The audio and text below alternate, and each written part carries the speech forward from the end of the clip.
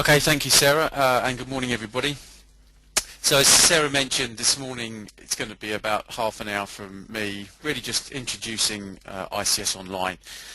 This is something that's been around, but it's been around for a few months now, but it's certainly a recent innovation. But it's really just to give you an overview of that, and I think it's a kind of a value-added feature as part of the technical support and maintenance package.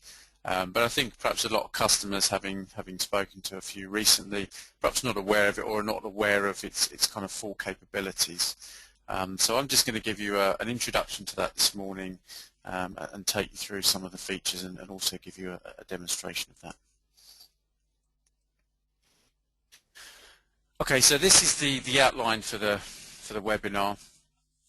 Firstly, what is ICS Online?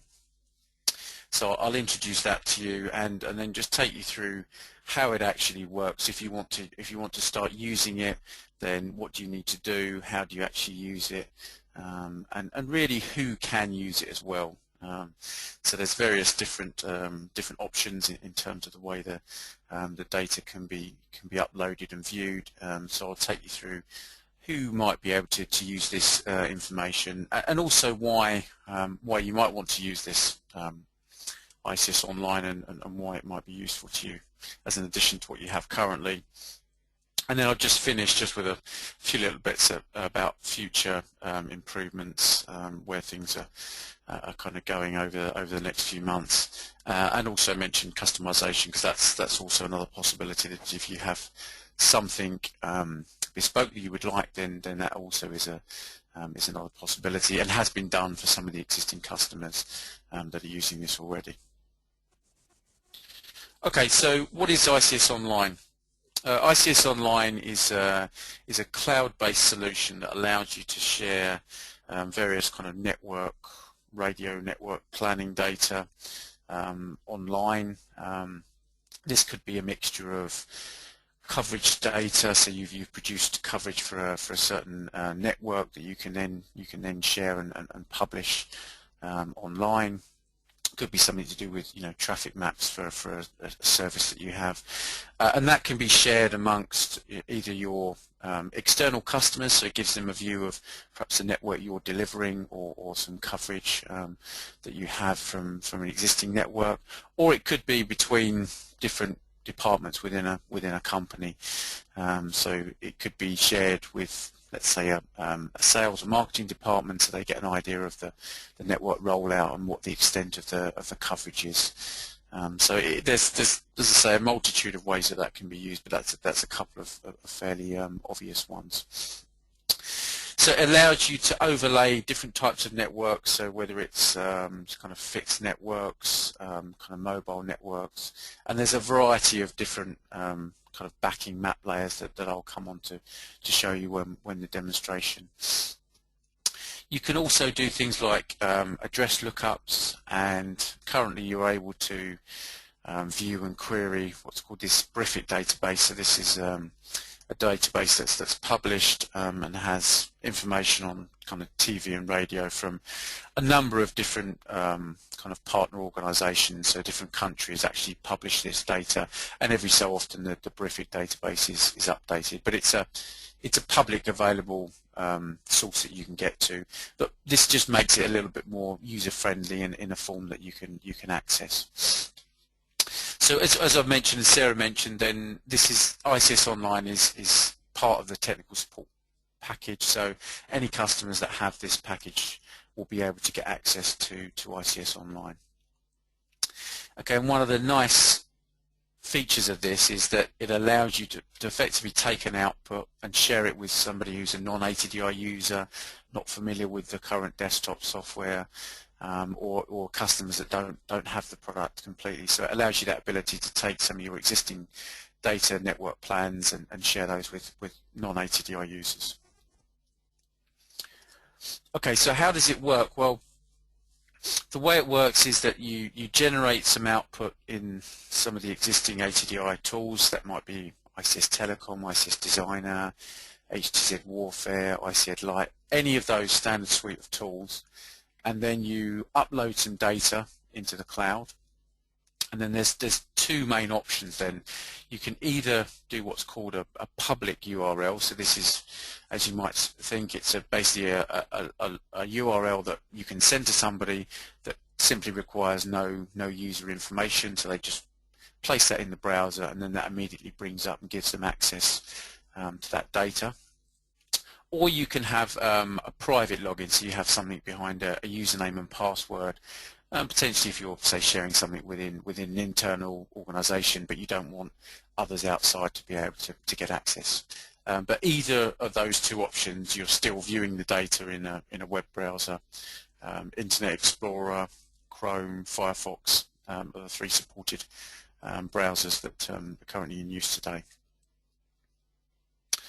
Okay, so what I'm going to do now is I'm going to just take you into the ICS Online, just give you a little demonstration of the features there, and also show you how to take some input from, in this case I'm going to use ICS Telecom,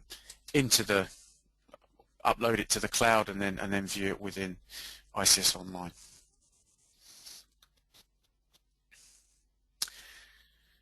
Okay, so this is ICS Online. So this is just me viewing it via a standard web page. So I've actually gone in through the username and login. So this is me classed as a sort of an administrator, effectively, and I can zoom in on the map layer. I'm just going to here I'm getting a view, and as I'm moving in successive layers, and I'm getting more detail that's generated. On the left-hand side here, I have these various different map layers that are available, so I can actually look at an aerial view with kind of roads overlaid there. And again, I can kind of zoom in and out in terms of looking at some more detail. So these are the mixture of either Google or Bing Maps, or there's some OpenStreetMap data in there as well. So it's simply a case of just toggling on the bits of interest from this left-hand side here. Okay, so this is the main sort of map window in the middle. On the right-hand side, I have various different of these icons. I'll take you through each one of those. I'm going to start with this what looks like a little kind of cloud symbol, and that's manage your packages. Okay, so if I click on that, what that does is that allows me to view any packages that I currently have within the tool here.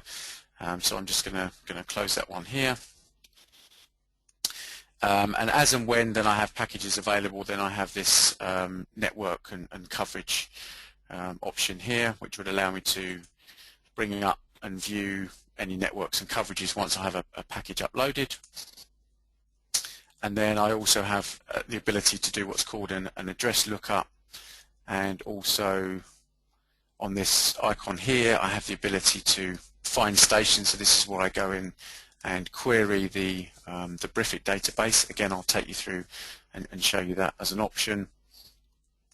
And finally, the last two we have are the connected to a WMS server. So this is a web map service which allows you to view other layers that are on a portal somewhere. And finally, just the help documentation. Okay, so what I'm going to do is I'm just going to take some data from one of the existing tools and upload it into the tool here.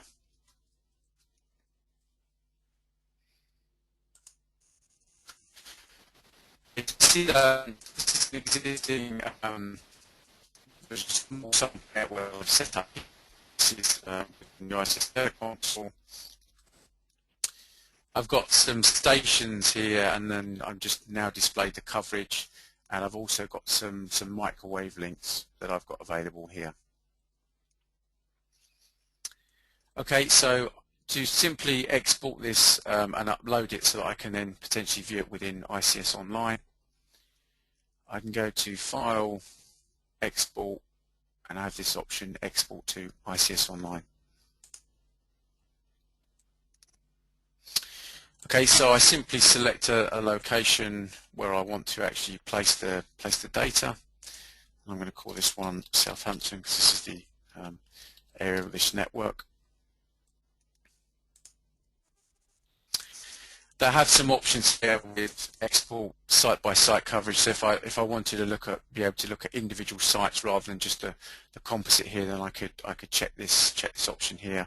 I'm just simply going to export the entirety of the coverage here, just to give you an overview on this network. Okay, so that's now doing an export. So you may just be able to see down this left-hand corner that it's going through and running this, effectively coding up each of those areas so that we can then view it as a package. So while that's doing that, that'll just take a minute or so. I'll just take you back into the web browser and just log out and just show you the sort of the login screen just from scratch, just so you can see if I was to log in from scratch, what would it look like? So this is the screen here. I have the login box here that I can then click on, which allows me to go into the login screen. Obviously, you will have username and password that will be either on the ATDI limited portal, which is under your customer area, or it will be sent to you on request from your local representative from the office there. Okay, so if I log into that, basically that just then loads up the portal, and then that allows me to basically have the same information that I have when I originally came in. Okay, so that was just to show you kind of logging in from scratch. Okay, I had a little beep in the background, so that should mean that we've finished this geocoding. Okay, so the export complete message has come on. So that's now taken this output, exported it up to the cloud, so it's now available for use within ICS Online.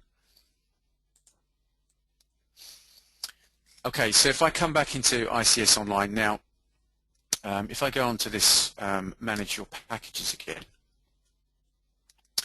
now what you can see is that you've got some packages here that I've previously uploaded. So these are a couple of packages, and I'll take you through one of those in a second. What you may see is that this one, the first one that I uploaded here previously was classed as a non-public one. So this is effectively a private one that you might be sharing internally. This second one that's here is public, but it actually has a key associated with it. So it's a public URL, but then there's effectively just a password to access it. What I'm going to do now is upload this package that I've just generated from within ICS Telecom, so that it's now available for use within ICS Online. Okay, so I simply give it a package name, and then I'm able to put a description as well.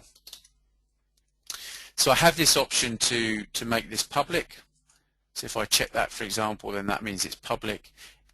If I also check this box here, this package key, that would prompt me for a password when I actually bring up and use the URL. So I'm actually going to use this and just class this one as a public one, and then just upload this data. Okay, so this is the package that I previously created in ICS Telecom. So it's basically a zip file that you're looking for that has a collection of data within it. And then I simply click upload, and then this is upload these details here about the package. Obviously, it was a fairly small network I had there, so it's almost instantaneous. But generally, even for for reasonable sized networks, then you're only talking sort of 30 seconds or so to upload the data.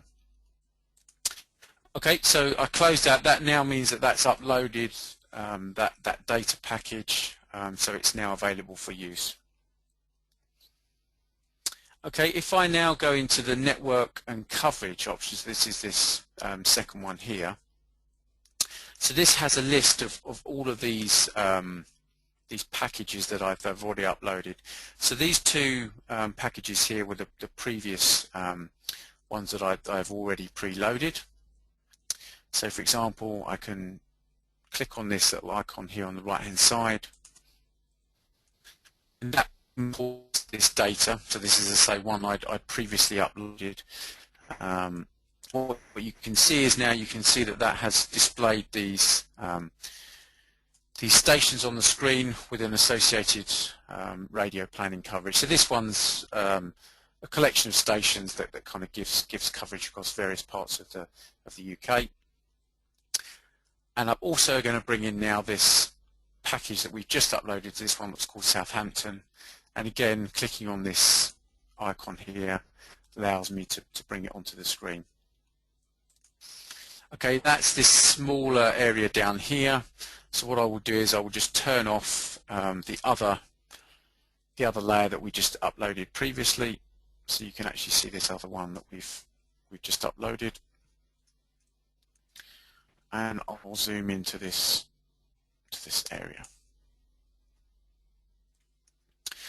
Okay, so this is now a view on that same area that we were looking at within ICS Telecom. So each of these red circles with the little arrow from it is one of the stations, and you can see then the coverage that is as a result. So this is the composite coverage of all of those stations displayed on the screen.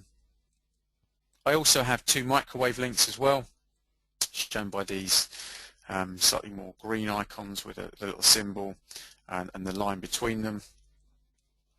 And if you look on the left-hand side, then I have each of these elements that are shown up here. So I can, for example, turn this network off and on. So this is actually the icons for the locations for this network here. So you can see the red circles will disappear and then reappear as I toggle that. I can also turn the coverage off and on. So I can literally just remove the coverage and then bring the coverage back in. And these microwave links are classed as separate objects within this imported package, and I can turn these off just simply by clicking it. So there's the flexibility there to view multiple different networks. So say I have the original network that I put up here, and then the one that I imported. So I can then return on other networks, as you can see here. So I can effectively have a mixture of those networks, and I can also turn off the other networks. So it basically allows you the ability to view different networks within the same package, and you can switch one off, switch one on as you require. If I'd brought these in rather than as a complete composite, as a site-by-site, then effectively in a similar way as we have these kind of microwave links here, you could actually have the individual sites, so you could actually turn off and on the individual sites and see the resulting coverage that you have. Okay, so that's really just showing you how to take some data that's been generated in ICS Telecom, create what's called a package, upload that package, and then I have the ability to, as I say, manage via this network and coverage, bring them onto the screen, and then once they're onto the screen, I can turn them off and on, and actually, have some interaction with them. Okay, so that's just showing you that. What I'll show you next is the address lookup. So this is on things like a postal code, a zip code, a town, city, whatever it may be. So this is basically connecting off to the Bing servers and picking up information from there. So if I put in, say, a postal code,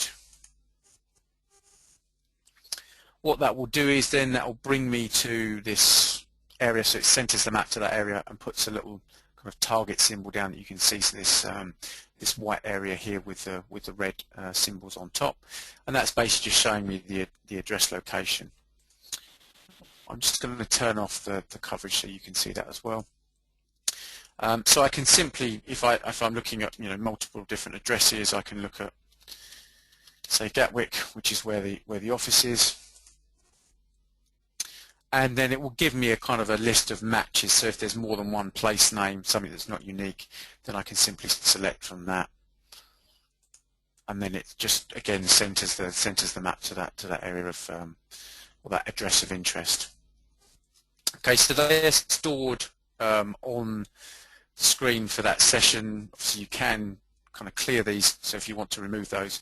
But again, it might be that you've got a network coverage that you're looking at, and you've got a a customer that's in a certain town or location, postcode, and obviously this allows you to then go in, look at that, and say, do we have coverage for this customer or not? So that's one example of a use that you could use this for.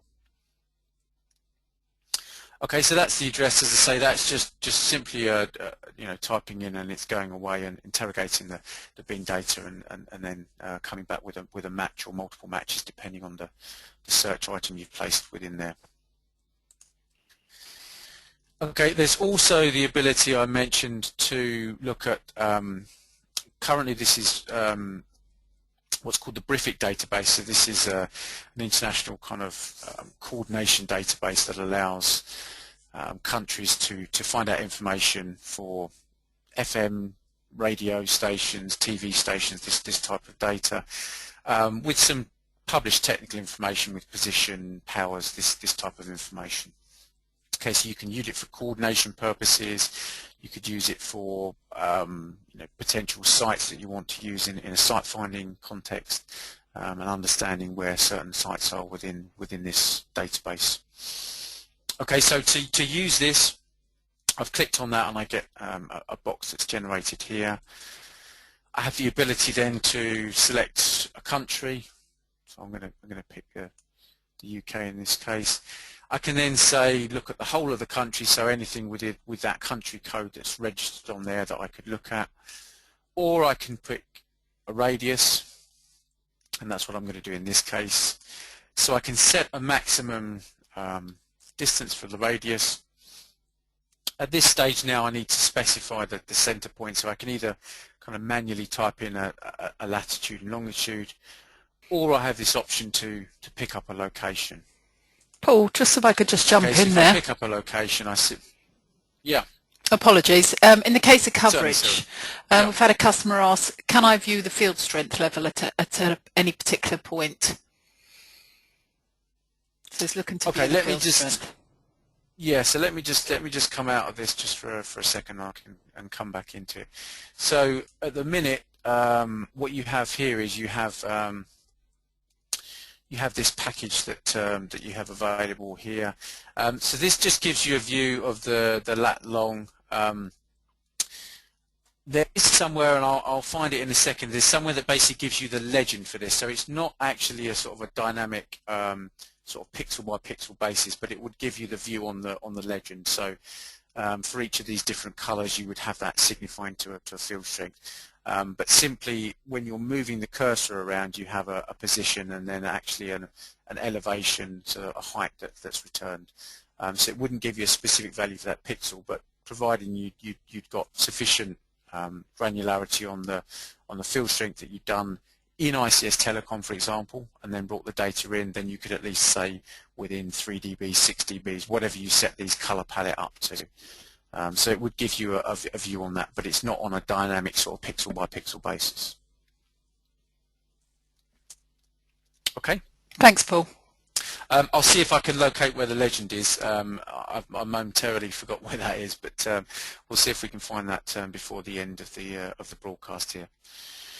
Okay, so I'll just go back into what I was doing previously. So this was this extract that we're going to look at for the BRIFIC database.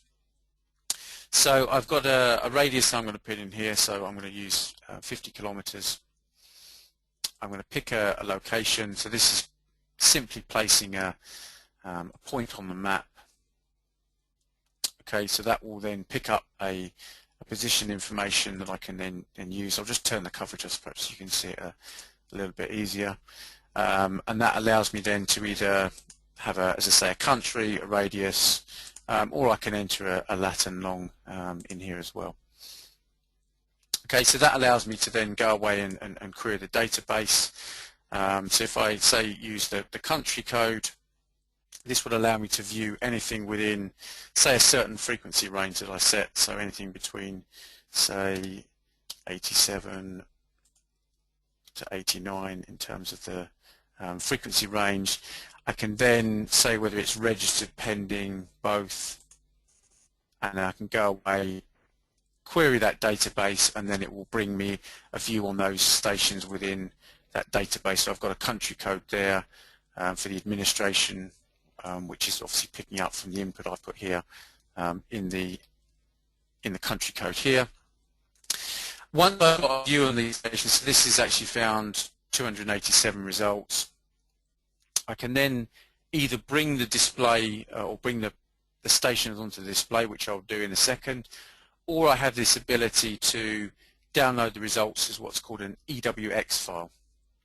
So this is just a slightly different file format from the EWF file, which users will no doubt be familiar with. And what that does is that contains the position information and any associated coverages when they're within the tool. In this case, this is a kind of an XML version of the file, which you can then say create, and then you can upload in ICS Telecom, so that would have the position information and in this basic technical detail that we're seeing on the screen here, so frequencies, powers, antenna heights, that sort of thing. Okay, so that would allow you to take something from here and then view it within the tool. Obviously, typically we're doing it the other way, but as I say, it's quite a nice feature in allowing you to extract information from the BRIFIC database. Okay, I'm just going to bring in these stations here. So I click on this icon here, and what you can see is now, if I just close these out, that's brought in an icon for each one of these different stations. Okay, so if I just zoom in slightly, so these are, in this case, FM radio stations within the frequency range that I specified, and I can actually click on a site here, so you'll see that the color just changes slightly, and then I get some technical information, position, frequency, antenna height, that sort of thing. So this is the information that's been extracted from the BRIFIC database and pulled into the tool here. Okay, again, that can be useful, just for identifying where stations are, for viewing, potentially something you're going to then take into ICS Telecom and perform some coordination activities. Or it could just be position information, as I say, that you want to know, maybe from a site sharing perspective, where is the sites within a certain specific radius within a certain frequency band. Okay, they are placed onto the screen and go into this sort of left-hand menu option, and again, in a similar way as I did for the other objects that we actually imported, I can turn those off and on, so I can remove those from the screen as well. Okay, so that's taking you through the top row here.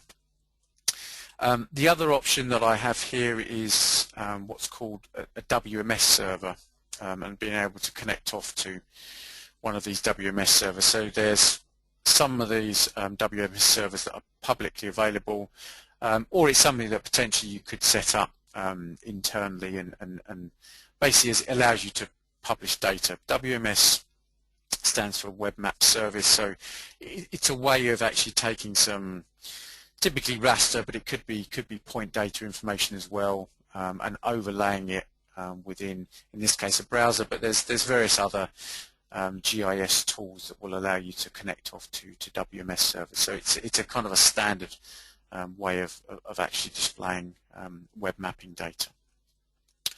Okay, so if I click on this icon here, I have this WMS server connection settings. So there's some example ones that I've got here. So just to pick somewhere outside of the UK, so this is the GeoPortal of the Swiss Confederation.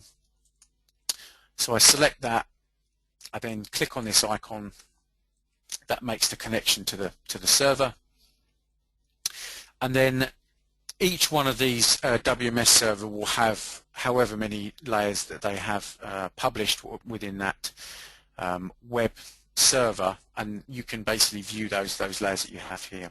So as you can see, this one here has a number of different layers. I'm just going to pick a couple of different layers here. For those that are good with their German, then you'll be able to no doubt identify what some of these layers are obviously referring to. So you can see that there's a whole multitude of layers that are published on this server, and I'm just scrolling down the list. I'm just going to pick two examples just to show you a couple of different types of data that might be contained within one of these WMS servers. So this one here, and it's probably close enough that you can maybe work out what it is. So this is antenna position information for 4G base stations. So I click on that. I then get some information about the description about the layer and a small abstract from that as well. So obviously if you've got multiple different layers, then you can understand what that layer is about.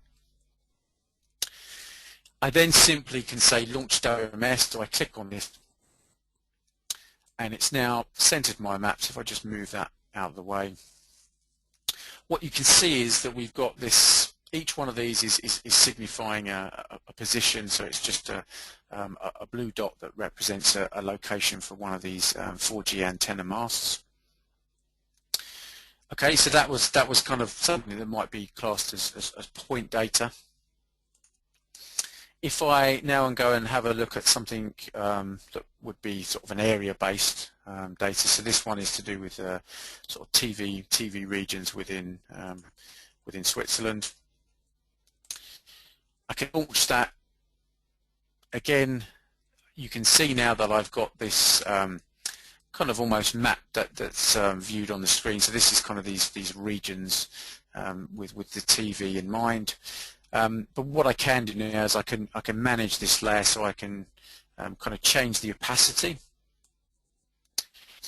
Just dynamically change the opacity here. So now you can see I'm able to see my original layer with these 4G antennas overlaid on this other layer. There's a variety of different layers that it may be. It may be some data that, administrative regions that it gives you a view on. It will depend obviously on the server that you're connecting off to. Typically that's just a URL for the server that is a WMS compliant server, and then you'll get a list of all the relevant layers there. It is also something that you could internally set up with a GIS department within your organization to have different mapping layers available, as I say, that you can then view on the screen here. Okay, if I want to simply delete something from the data here, I have a delete layer option that's here, and equally as we saw before, on the left hand side I've got the ability to kind of turn layers off and on. Okay, so there's the ability to sort of change opacity as well as switch layers off and on. Okay, so that's really the main sort of icons here, and potentially this is where, if you wanted something bespoke, then you could have an additional kind of customization icon here that would allow you some additional features, and some of the customers have that functionality there. Okay, so lastly I'm just going to show you just a couple of the little other utilities within the tool. At the top of the screen here I have this kind of distance azimuth elevation.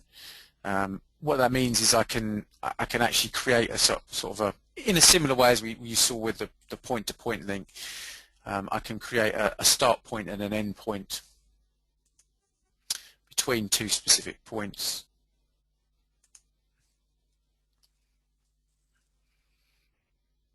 And the ability to input a text mode as well, so I can actually manually type a coordinate in, so I have an origin that long and a destination that long as well. So there's different ways of managing that, and that basically just allows me to put a start point down and an end point down and view a profile between it. Okay, that doesn't seem to be playing ball this morning, so I'll see if I can just get something to view in a textual mode here. So I simply put in a minus. In this case, I'm gonna pick a latitude, a longitude. So minus 2.37, and I'm going to do 52.26.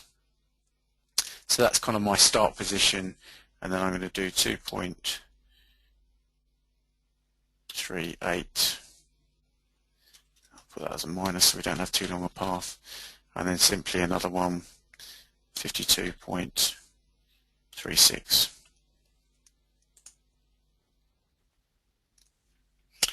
Okay, so that basically gives you then a profile between the 2 points. So here's my start point and here's my end point. And I have this kind of elevation data profile, so as I kind of move along it, it tells me the distance along the path and also the height of the terrain at that point. So this is just picking up height information in the same way as maybe those that use Google Earth, that sort of thing, but in this case from the Bing server, so that's actually picking up that height information in terms of meters. So you can have the ability to kind of get a view of a profile between 2 points, but obviously this is just points that are located effectively on the ground. There's no sort of antenna heights or anything like that that's involved there. But it does give you a feel for the terrain between 2 points that obviously ordinarily just with these map views you wouldn't be able to get there. Okay, and then I can simply up in this top left hand corner again just clear the map, and that will remove those from the screen there. Okay, so that was really just giving you a quick overview of basically uploading some data, being able to manage data, whether it's viewing coverages, viewing microwave networks, importing data from the BRIFIC data, doing an address lookup, and also looking at viewing and kind of uploading various different WMS layers from a server. Okay, so that was the demonstration aspect for this morning. There's just a few more slides really just to add a little bit more flesh on the detail. We've mentioned a few times this morning that this is available to technical support or valid technical support package customers. So it's simply accessed via a login, a username and password in the same way as you saw me do within the demonstration.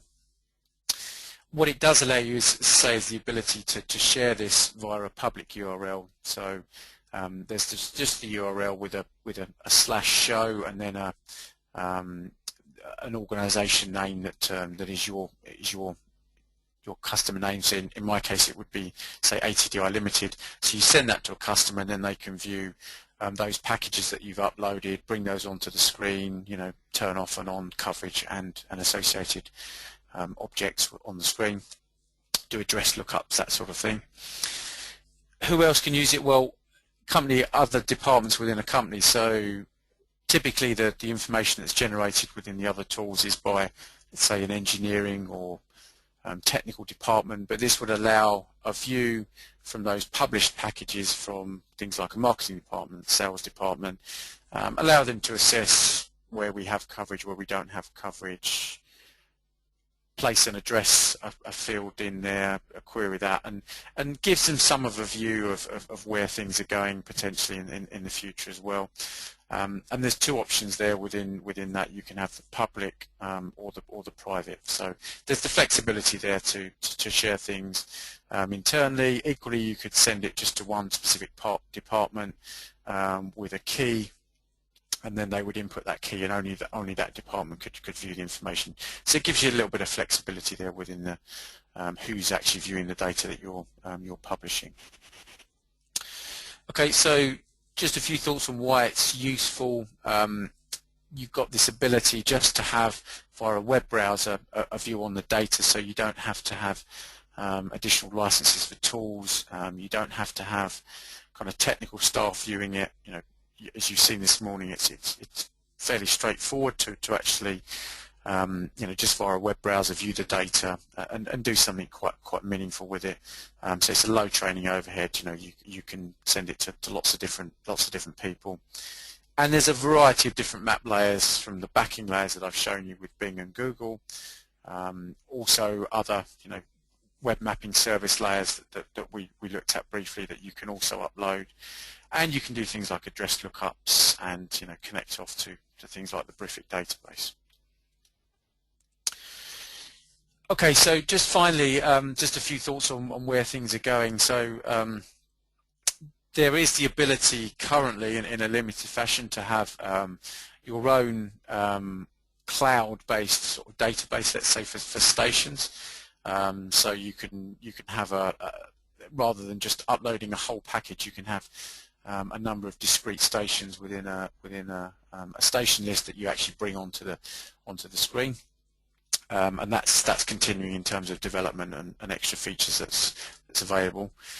Other areas where potentially this might be useful is having things like population coverage, being able to take a coverage and combine it with potentially some population for, whether it's an area, a district, whatever granularity that the data you have, and actually being able to report a kind of a covered population based on the network coverage. So that's, say, another development that's on its way. And there's also the ability to actually have a customized plugin. So we've looked at the standard ones this morning, but there's other customers that have already basically defined some requirements, and then we've produced some custom plugins that allows them to do some different features that is currently available. So if there's some other thoughts from this morning that you think, would it be nice to do something else that's not currently available, then come back to us and we can look and see whether we can put something together as a customized plugin for you. But as I say, there's a number of features that will be coming online over the next few months as well. Okay, so just to summarize, so that's ICS Online. It's a cloud-based solution, allows you to share kind of radio network planning data. Just needs a web browser, Internet Explorer, Firefox and Chrome are the three supported ones so far. Suitable for non-technical people, so you don't have to have a good background in the tools to be able to use this and view this data. And as I say, it's included as part of the support package. So it's a value-added feature, and as I say, it's a nice feature that's continuing to develop as well. So hopefully that you'll find some use for it, and say more of you will start to use it. Okay, thank you very much for listening this morning. Have we got any questions?